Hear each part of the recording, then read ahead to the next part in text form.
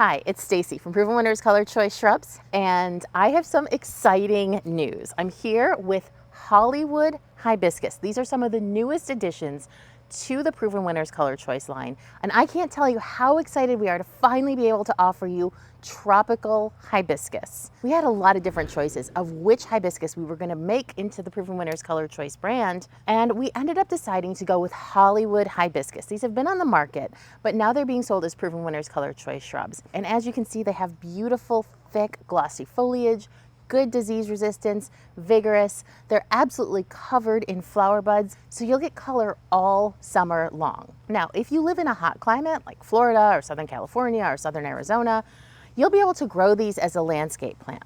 But as most of you know, these are also really popular as a container plant for those of us who live in colder climates who just want this amazing, lush, tropical color in our gardens. And we just grow them almost like an annual, where we just get rid of them at the end of the season or bring them indoors and grow them as a houseplant, which you can do if you have really, really bright light and good air circulation. But overall, these are really popular as container plants because they're so easy and they bloom so much, and there's really no other plants that give this intense of color and these really unique combinations of colors as well. So caring for Hollywood Hibiscus is super easy. First of all, they are full sun plants, so you are going to want to put them with at least 6 hours of bright sunlight every single day. That's going to give you the most flowers and the best color.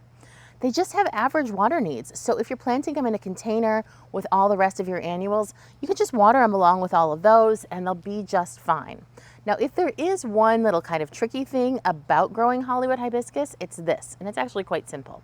You don't want to use a high phosphorus fertilizer on Hollywood Hibiscus. So in other words, this means that you will not use a bloom booster fertilizer on Hollywood Hibiscus. And that might seem kind of counterintuitive because you think, oh wow, I'm going to pour on the bloom booster and these things are going to bloom like crazy. But in fact, high phosphorus fertilizers, which are what bloom booster fertilizers are, tie up other nutrients and they cause hibiscus to get really yellow in their foliage.